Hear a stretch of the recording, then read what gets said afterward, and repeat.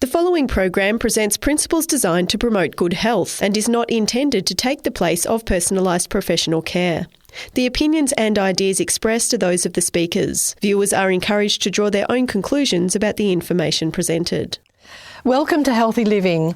I'm your host, Margot Marshall. Can food change our mood? Can food influence depression? And can food treat depression? Stay tuned.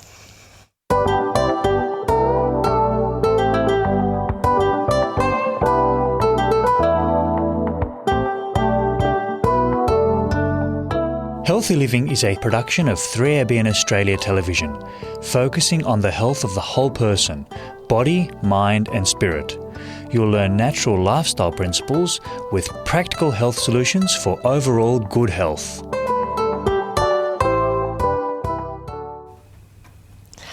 Our topic today is nutritional biochemistry and mental health for adults. My guest is Dr. Andrew Pennington, who is an integrative general practitioner. Welcome, Andrew, and would you just again like to tell us what integrative medicine is? Sure. Thanks again for having me on the program. It's a delight to be here. Our pleasure.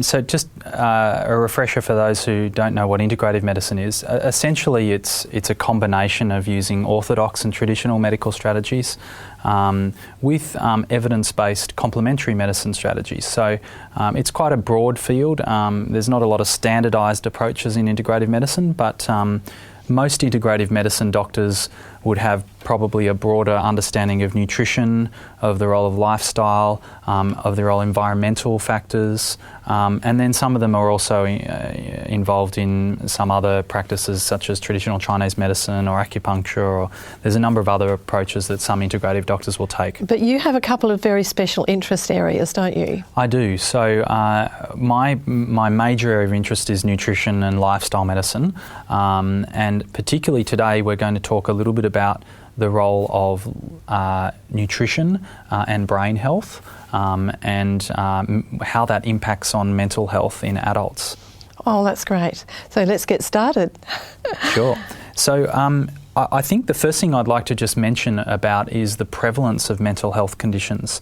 They are very, very common, and I've got a number of slides here that I'll go through with your viewers so that they can see some of this data. So I think the first slide that I've got just shows you the prevalence of mental health disorders, and this comes from data in Australia. The most recent data we've got from 2009, and you can actually see in this data that over a lifetime, 45% of us will suffer some form of mental health disorder. So nearly half. It's really, really common. That's incredible. So yeah, and if you break that down even further, in any 12-month period of time, there's about 20% of us of that 45% who actually have a mental health disorder. So again, pretty much 1 in 5 Australians, if you take any 12-month period of time, will be struggling with some form of mental health disorder. I would not have realised it was that high. So, I mean, that includes a lot of different mental health problems, of course, all mental health problems, but it is very, very common. And particularly, I'm probably more going to focus today on what we call mood disorders. So those are things like anxiety, depression, bipolar disorder.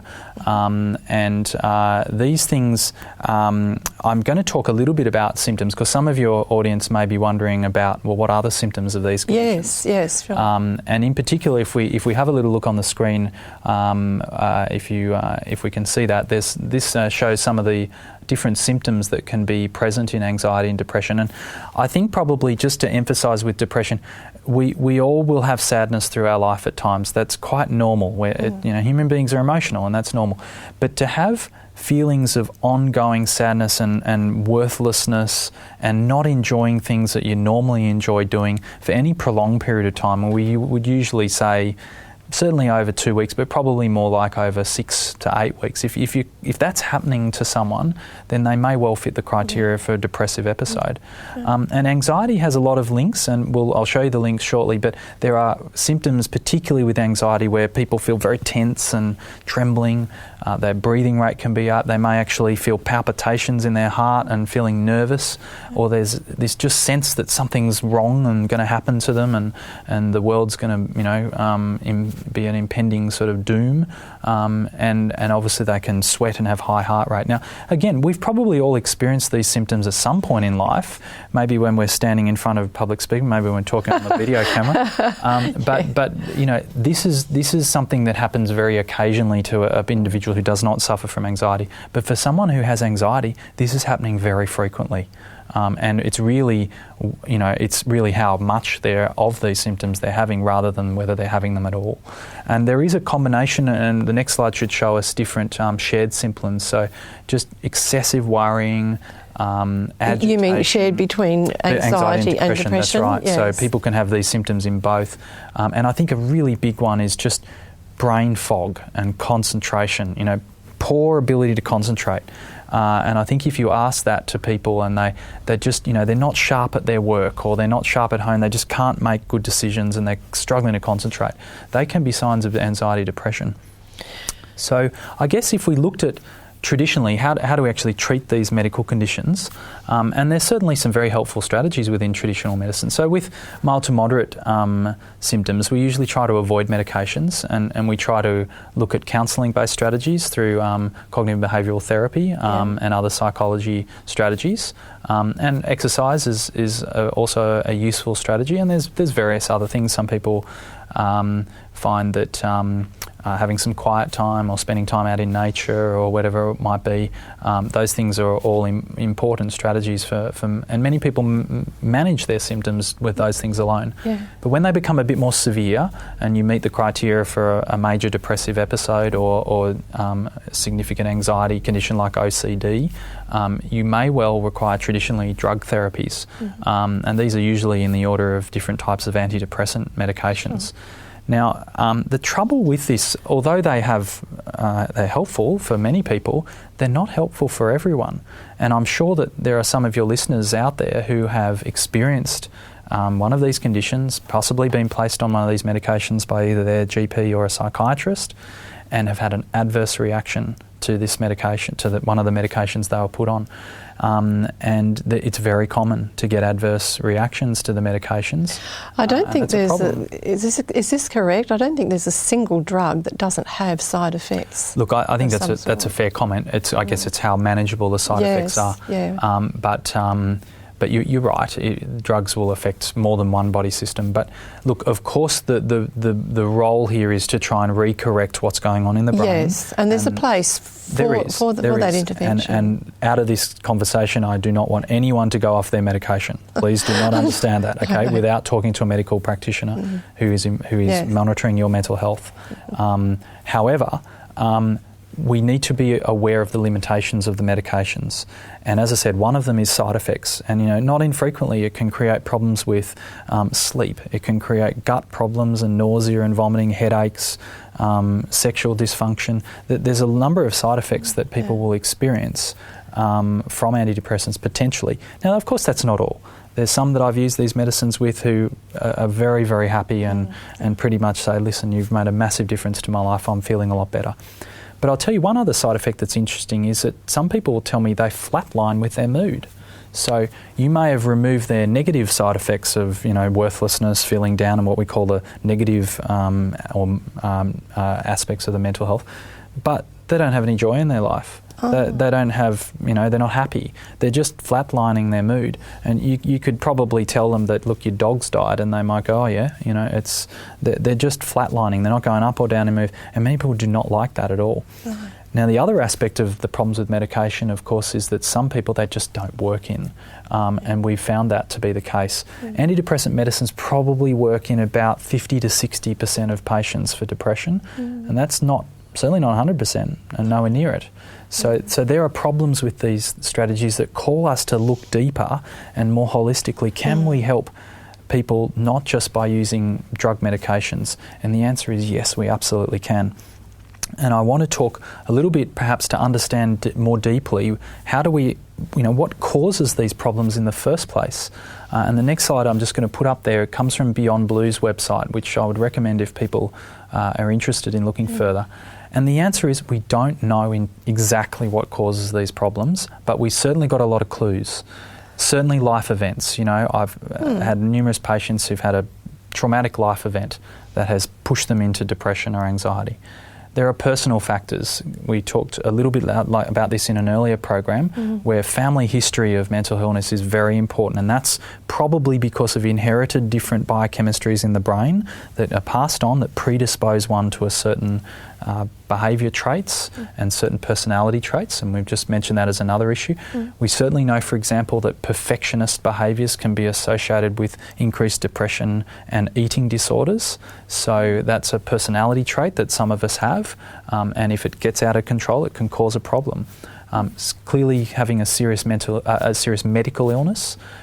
We know that people who've had a heart attack and have a bypass or stent are more likely to have depressive episode afterwards. So is diabetes. People with diabetes are more likely. And clearly things like substance abuse of various drugs can impact on mental health. And then there's obviously brain changes where can be related too.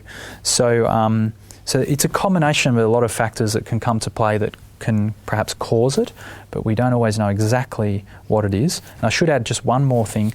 We're also understanding that the brain being inflamed is a part of this process too, and it's probably a combination of these factors that causes a systemic inflammatory response in the brain that's associated with any of these mental illnesses. Lots of reasons why it can happen. No wonder so many people are experiencing absolutely. So one of the questions that I have, and maybe some of your listeners has, is can food influence our mood? Yes, well, this is the question we've been waiting to hear the answers to. I suspect that many of your listeners will be very intuitively aware that the answer is yes. And I think we all understand at some point in time that we feel better after eating. If we're a bit ratty sometimes, maybe our blood sugars are a bit low and we have a decent meal, we feel a bit better. And we also know that there are a lot of people who comfort eat. Why? No. Because they feel better when they comfort eat. Yeah, but briefly. Exactly. That can be a destructive behaviour to their long term. But that term comfort eating implies that they are feeling comforted by eating, and they are. And we're understanding a bit more about how that's happening at the brain level. So intuitively, we know that food can affect mood. But is there any literature or evidence to prove this? And the answer is yes. And I've got a couple of slides there that we can look at. And I think this particular slide I'd like to just focus on briefly because I think it's very profound. And this actually comes, even though it's published in the American Journal of Public Health, it actually comes from Australian data. So the researcher who put this together was a public health clinician. And what I'd like you to just notice here is that he was interested in what are the role of eating fruits and vegetables? Does that actually have any influence over our mood? And so he did a big retrospective analysis of the eating habits of a number of thousands or hundreds of Australians, I can't remember the exact numbers in the study, and looked at the food eating behaviours and fruits and vegetable intake, and then looked at mood. Now up this sort of y-axis here you can see a change in life satisfaction. And he developed, I can't tell you the details of how he developed this, it's in the paper, but he's developed a score of how satisfied one is with life. Okay. And on the bottom you can see is the change in how many fruit and vegetable portions one is eating. From 0 up to 8. So from 0 up to 8. They're all fruit and veg portions. Correct, portions. So 0 to 8 well, they're portions. Going up in a steady So you can see that it's almost a linear increase between satisfaction in life and the amount of fruits and vegetables that one is eating. Isn't that now, interesting? To give you what does this scale sort of mean in a realistic term? The difference between 0 and, say, 0.23, which is, I think, the top value there for 8 vegetables and fruits, is about equivalent to someone going from being unemployed to employed in terms of their satisfaction of that life experience. So, and about half the significance of someone getting divorced. So that about half is, if that makes any sense. So it's working the other way, isn't it? That's right. So if let's say getting divorced made such an impact negatively on one's life satisfaction, about half of that is the difference here between eating 1 or 8 fruits or vegetable intakes per day. And the recommended amount is 2 fruit, 5 veg. That's 7. That's right. And that's baseline. Absolutely. That's totally baseline. So you can certainly do more than that. Oh, yeah. Brenda Davis, who's a world-renowned dietitian, says that we should have 10 serves of fruit and veg and 3 should be green. Yeah, I like to aim for that too. Yes, and that's quite challenging. But look, we know about, most of us know, more fruits and veggies prevent heart disease and diabetes. But did you know that it can help you with mood? Maybe not. Maybe not. But then there's actually a different question to ask on top of that. That might be just an association. Can you actually use food to treat depression? So someone's clinically got depression. Right. Can we actually tailor their diet to actually, influence their depressed mood? And we had a lot of clues before, including this, and there's actually a number of other studies that have shown an impact on poor diets and more likelihood of getting depression. Unfortunately, I did have a slide for that, but it wasn't clear enough to show on the graphics here. But there was a meta-analysis of, I think about 13 different studies that looked at diet quality and chance of depression. And almost all of them showed that poor diet quality was associated with an increased risk of depression. So that's a really key point for our listeners today, is that, don't think that diet has nothing to do with depression or mood. It certainly does. And the better quality diet you have, the more likely you were not to have depression. I think that one you've got on the screen now is amazing. Oh, it's an excellent slide. It's profound, isn't it? It is very profound.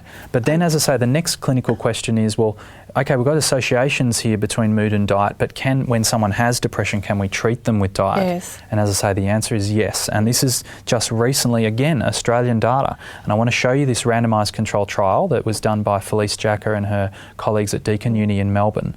And I think this is really important. So what they actually did in this trial was they sourced a group of patients who had clinical depression, and they graded them according to diet quality, and they've got a standardised way to do this.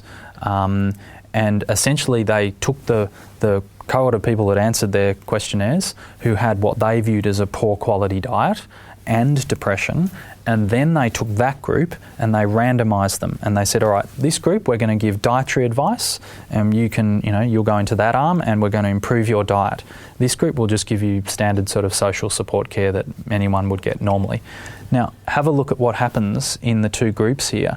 So, and this is the estimate means, and this score here is a depression sort of outcome on the left.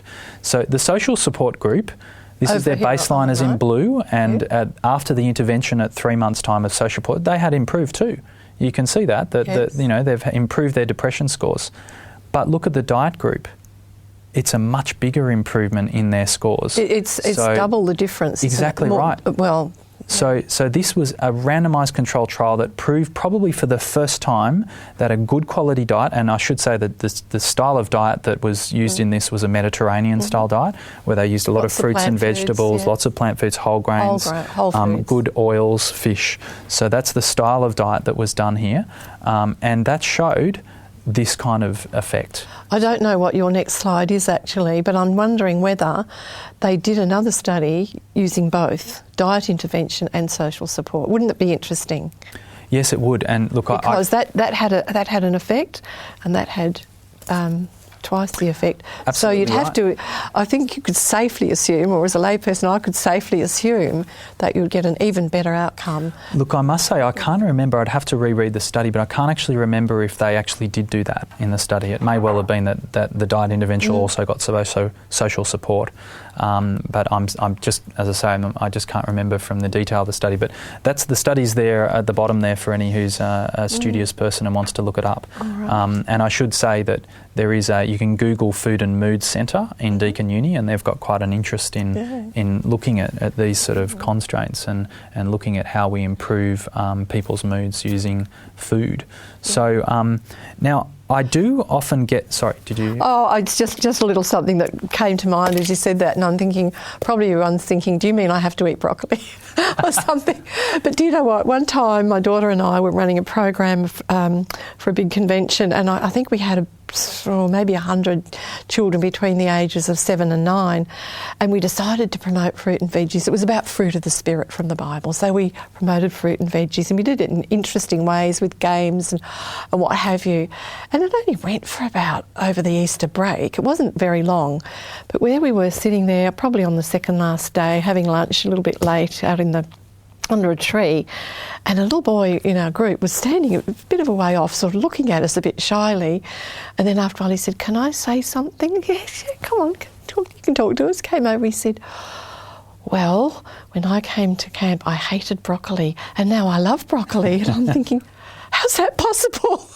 And he was just, in that time, just from the fun effect, I don't know. It was just a lot of fun and games and all sorts of things that we did around the fruit and veg, and he decided he loved it. I was astounded. Well, I mean, that's a lovely story, Yeah. but you'd be surprised how many people I come through and talk to about mental health stuff, and when I actually ask them about their diet, they're not eating very many fruits and vegetables. No. They have a quite poor quality diet. And we're going to be doing a bunch of programs on how to make, where healthy gets delicious. Because usually you can find, if you're creative enough or you're persevering enough, you can find a way to enjoy a fruit or a vegetable that you might not if you just ate it the way it's traditionally served. You can incorporate it or do something interesting with it and really love it. And no, that's fantastic. Yeah, and I've seen this happen. I've actually seen this happen. So, well, I think really what this teaches us as well is that, you can have the knowledge around, this kind of knowledge, but there are a number of people who don't have the skills of food preparation. Yeah. They haven't been taught, or they've grown up on a very bread or rice or pasta or meat diet, and they haven't realised the necessity of how important fruits and vegetables are for us. Yeah. And I think what's becoming even clearer, and perhaps to just join some of these mechanisms together at a very broad level, we're understanding more and more about the gut and its role and importance in health in general. And what I want to really get out to you is that when your gut is healthy, you are healthy. And so the effect of these fruits and vegetable portions is really the effect on the gut microbiota, that is the bacteria in our gut, because they thrive on fibre. And where do you get fibre? Exclusively in plant foods. Plant foods, yeah, okay. Exclusively. Obviously whole grains as well, and nuts, etc. But fruits and vegetables are one of the biggest components. And I should also put a plug in for the variety that we have in the diet, because just eating one or two, I mean, that's great. But the good Lord designed a lot of these foods to have different types of fibres, soluble, insoluble, and have different roles in feeding different bacterial species. It was very interesting. I was just... That's one of the dietary guidelines for Australians is to... It used to be eat a wide variety of nutritious foods, and they changed one word. I won't quiz you on camera, but they changed the first word from eat a wide variety to enjoy. Enjoy, yes. Enjoy a wide variety. And we meant to enjoy our food, but a wide variety is really, really important because they don't all have exactly the same nutrients. Absolutely right. Or in the same proportions. Absolutely right. So they're feeding your gut microbiota, which are in turn giving you back good quality organic acids and things which the gut cells love. And they also they build for you various neurotransmitters. And they will also provide certain vitamins and minerals. That's incredible, isn't it? I'll just give you you're saying what's happening in the gut builds neurotransmitters. Absolutely. Yeah, absolutely. Wow. So I'll give you one example. So that's an incredible connection with depression and absolutely. Well, here's the example. Oh. We've all heard, probably a lot of us have heard of the bacteria E. coli. It's probably one of the best studied bacteria around, probably most notoriously for giving urinary tract infections to people. But E. coli is actually really important in our gut.